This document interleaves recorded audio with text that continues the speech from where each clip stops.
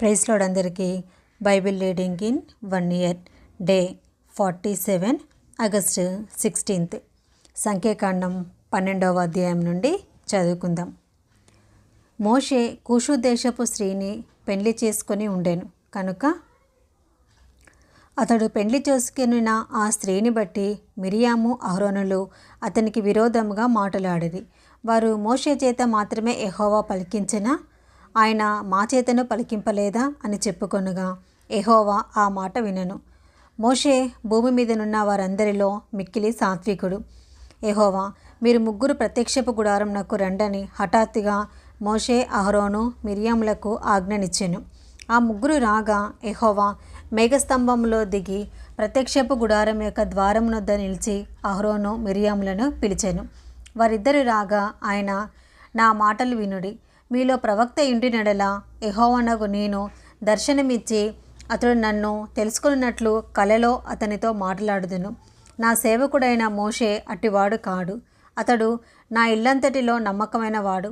నేను గూఢభావములతో కాదు, దర్శనమిచ్చి ముఖాముఖిగా అతనితో మాట్లాడుదును. అతడు యెహోవా స్వరూపమును నిదానించి చూచును. కాబట్టి నా సేవకుడైన మోషేకు విరోధముగా మాట్లాడుటకు మీరేలా భయపడలేదు అనెను. యెహోవా కోపము వారి మీద రగులుకొనగా ఆయన వెళ్ళిపోయాను. మేఘమును ఆ ప్రత్యక్షపు గుడారం మీద నుండి ఎత్తబడెను. అప్పుడు మిరియాము హిమము వంటి తెల్లని కుష్టిగలదాయెను. అహరోను మిరియాము వైపు చూచినప్పుడు ఆమె కుష్టిగలదిగా కనబడెను. అహరోను, అయ్యో నా ప్రభువా, మేము అవివేకులము, పాపులమైన మేము చేసిన ఈ పాపమును మా మీద మోపవద్దు. తన తల్లి గర్భంలో నుండి పుట్టినప్పటికే సగము మాంసము క్షీణించిన శిశు శవము వలె ఆమెను ఉండనీయకుమని మోషేతో చెప్పగా మోషే ఎలుగెత్తి, దేవా దయచేసి ఈమెను బాగు చేయమని యెహోవాకు మొరపెట్టెను. అప్పుడు యెహోవా మోషేతో, ఆమె తండ్రి ఆమె ముఖము మీద ఉమ్మి వేసిన ఎడల ఆమె 7 దినములు సిగ్గుపడును కదా. ఆమె పాలెము వెలుపల 7 దినములు ప్రత్యేకంగా ఉండవలెను. తర్వాత ఆమెను చేర్చుకొనవలెను. కాబట్టి మిరియాము 7 దినములు పాలెము వెలుపలనే గడిపెను. మిరియాము మరలా చేర్చబడు వరకు జనులు ముందుకి సాగరైరి. తర్వాత జనులు హజేరోతు నుండి సాగి పారాను అరణ్యంలో దిగిరి.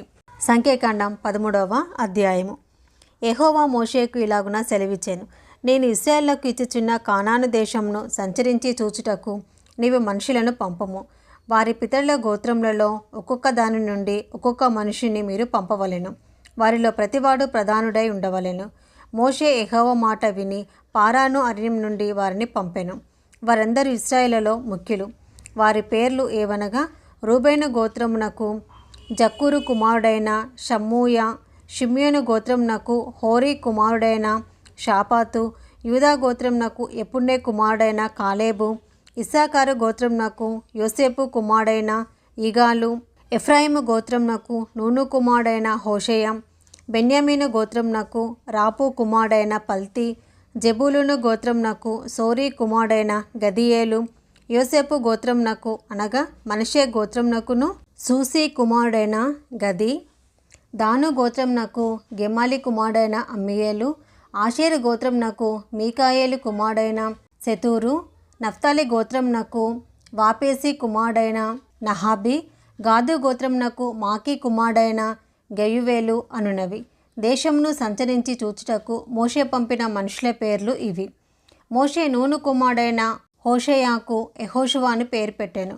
మోషే కనాను దేశమును సంచరించి చూచుటకు వారిని పంపినప్పుడు వారితో ఇట్లనెను, మీరు ధైర్యం తెచ్చుకొని దాని దక్షిణ దిక్కున ప్రవేశించి ఆ కొండ ఎక్కి ఆ దేశం ఎట్టిదో, దానిలో నివసించు జనముల బలం గలదో బలం లేనిదో, కొంచెమైనదో విస్తారమైనదో, వారి నివసించే భూమి ఎట్టిదో, అది మంచిదో చెడ్డదో, వారు నివసించే పట్టణములు ఎట్టివో, వారు గుడారములలో నివసించుదురో కోటలలో నివసించుదురో, ఆ భూమి సారమైనదో నిస్సారమైనదో, దానిలో చెట్లు ఉన్నవో లేవో కనిపెట్టవలెను. మరియు మీరు ఆ దేశపు పండ్లలో కొన్ని తీసుకొని రండి అని చెప్పెను. అది ద్రాక్షల ప్రథమ పక్వ కాలము. కాబట్టి వారు వెళ్ళి సీను అరణ్యము మొదలుకొని హామాతుకు పోవు మార్గముగా రెహోబు వరకు దేశ సంచారం చేసి చూచిరి. వారు దక్షిణ దిక్కున ప్రయాణం చేసి హెబ్రోనుకు వచ్చిరి. అక్కడ అనాకీలు, అహిమాను, షేషయి, తల్మయి అను వారుండిరి. ఆ హెబ్రోను ఐగుప్తులోని సోయను కంటే 7 ఏండ్లు ముందుగా కట్టబడెను. వారు హెష్కోలు లోయలోనికి వచ్చి అక్కడ ఒక గెలగల ద్రాక్ష చెట్టు యొక్క కొమ్మను కోసి దండెతో ఇద్దరు మోసిరి. మరియు వారు కొన్ని దానిమ్మ పండ్లను కొన్ని అంజూరపు పండ్లను తెచ్చిరి. ఇశ్రాయేలు అక్కడ కోసిన ద్రాక్ష గెలను బట్టి ఆ స్థలం నాకు ఎష్కోలు లోయ అని పేరు పెట్టబడెను. వారు 40 దినములు ఆ దేశంను సంచరించి చూచి తిరిగి వచ్చిరి. అట్లు వారు వెళ్ళి పారాను అరణ్యమందలి కాదేశులనున్న మోషే అహరోనుల యొద్దకును ఇశ్రాయేలు సర్వసమాజం వద్దకును వచ్చి వారికిని ఆ సర్వ సమాజమునకును సమాచారం తెలియచెప్పి ఆ దేశపు పండ్లను వారికి చూపించిరి. వారు అతనికి తెలియపరిచినది ఏమనగా, నీవు మమ్మును పంపిన దేశంనకు వెళ్ళితిమి. అది పాలు తేనెలు ప్రవహించు దేశమే. దాని పండ్లు ఇవి. అయితే ఆ దేశంలో నివసించు జనులు బలవంతులు. వారి పట్టణములు ప్రాకారం కలవి. అవి మిక్కిలి గొప్పవి. మరియు అక్కడ అనాకీయులను చూచితిమి. అమాలేకీయులు దక్షిణ దేశంలో నివసించుచున్నారు. హిత్తీలు, యోబుసీలు, అమోరీలు కొండ దేశంలో నివసించుచున్నారు. కనానీయులు సముద్రం నొద్ద యొర్దాను నదీ ప్రాంతంలో నివసించుచున్నారని చెప్పిరి. కాలేబు మోషే ఎదుట జనులను నిమ్మలపరిచి, మనము నిశ్చయముగా వెళ్ళుదము, దాన్ని స్వాధీనపరచుకుందుము, దాన్ని జయించుటకు మన శక్తి చాలును అనెను. అయితే అతనితో కూడా పోయిన ఆ మనుషులు, ఆ జనులు మనకంటే బలవంతులు, మనము వారి మీదికి పోజాలం అనిరి. మరియు వారు తాము సంచరించి చూచిన దేశమును గూర్చి ఇశ్రాయేలుతో చెడ్డ సమాచారము చెప్పి, మేము సంచరించి చూచిన దేశము తన నివాసులను భక్షించు దేశము. దానిలో మాకు కనబడిన జనులందరూ ఉన్నత దేహులు. అక్కడ నెఫీలీయులు సంబంధులైన అనాకు వంశపు నెఫీలను చూచితిమి. మా దృష్టికి మేము మిడతల వలె ఉంటిమి, వారి దృష్టికిని అట్లే ఉంటిమనిరి. సంఖ్యాకాండం 14వ అధ్యాయము. అప్పుడు ఆ సర్వ సమాజము ఎలుగెత్తి కేకలు వేసెను. ప్రజలు ఆ రాత్రి ఎలుగెత్తి ఏడ్చిరి. మరియు ఇశ్రాయేలందరూ మోషే అహరోనులపైన సనుగుకొనిరి. ఆ సర్వ సమాజము, అయ్యో, ఐగుప్తులో మీ మేల చావలేదు, ఈ అరణ్యమందు మీ మేల చావలేదు. మేము కత్తివాత పడినట్లు యెహోవా మమ్మను ఈ దేశంలోనికి ఎలా తీసుకొని వచ్చెను? మా భార్యలు మా పిల్లలు కొల్లపోవుదురు. తిరిగి ఐగుప్తుకు వెళ్ళుట మాకు మేలు కాదా అని వారితో అనిరి. వారు, మనము నాయకుని ఒకరిని నియమించుకొని ఐగుప్తునకు తిరిగి వెళ్ళుదామని ఒకనితో ఒకడు చెప్పుకొనగా, మోషే అహరోనులు ఇశ్రాయేలు సర్వసమాజ సంఘం ఎదుట సాగిలపడిరి. అప్పుడు దేశంను సంచరించి చూచిన వారిలో నుండిన నూను కుమారుడగు యెహోషువయు యెఫున్నె కుమారుడగు కాలేబును బట్టలు చింపుకొని ఇశ్రాయేలు సర్వసమాజంతో, మేము సంచరించి చూచిన దేశము మిక్కిలి మంచి దేశము. యెహోవా మన యందు ఆనందించినడెలా ఆ దేశంలో మనలను చేర్చి దానిని మనకిచ్చును. అది పాలు తేనెలు ప్రవహించు దేశము. మెట్టుకు మీరు యెహోవా మీద తిరగబడుకుడి. ఆ దేశ ప్రజలకు భయపడుకుడి.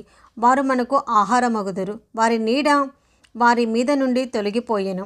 యెహోవా మనకు తోడై ఉన్నాడు. వారికి భయపడుకుడి అనిరి. ఆ సర్వసమాజము వారిని రాళ్లతో కొట్టి చంపవలెననగా ప్రత్యక్షపు గుడారంలో యెహోవా మహిమ ఇశ్రాయేలుకందరికీ కనబడెను. యెహోవా, ఎన్నాళ్ళ వరకు ఈ ప్రజలు నన్ను అలక్ష్యం చేదురు? ఎన్నాళ్ళ వరకు నేను వారి మధ్యను చేసిన సూచక్రియలన్నిటినీ చూచి నన్ను నమ్మకయుందురు? నేను వారికి స్వాస్యం ఇయ్యక తెగులు చేత వారిని హతము చేసి ఈ జనము కంటే మహాబలము గల గొప్ప జనమును నీ వలన పుట్టించేదనని మోషేతో చెప్పగా, మోషే యెహోవాతో ఇట్లనెను, అలాగైతే ఐగుప్తులు దాని గూర్చి విందురు. నీవు నీ బలము చేత ఈ జనమును ఐగుప్తుల నుండి రప్పించితివి కదా. వీరు ఈ దేశ నివాసులతో ఈ సంగతి చెప్పియుందురు. యెహోవా అను నీవు ఈ ప్రజల మధ్య నున్నావనియు, యెహోవా అను నీవు ముఖాముఖిగా కనబడిన వాడవనియు, నీ మేఘము వారి మీద నిలుచుచున్నదనియు, నీవు పగలు మేఘస్తంభంలోను రాత్రి అగ్నిస్తంభంలోను వారి ముందర నడుచుచున్నావనియు వారు విని ఉన్నారు కదా. కాబట్టి నీవు ఒక్క దెబ్బతో ఈ జనులను చంపినడెలా నీ కీర్తిని గూర్చి వినిన జనములు ప్రమాణపూర్వకముగా తాను ఈ జనులకిచ్చిన దేశమందు వారిని చేర్చుటకు శక్తి లేక యెహోవా వారిని అరణ్యంలో సంహరించినని చెప్పుకొందురు.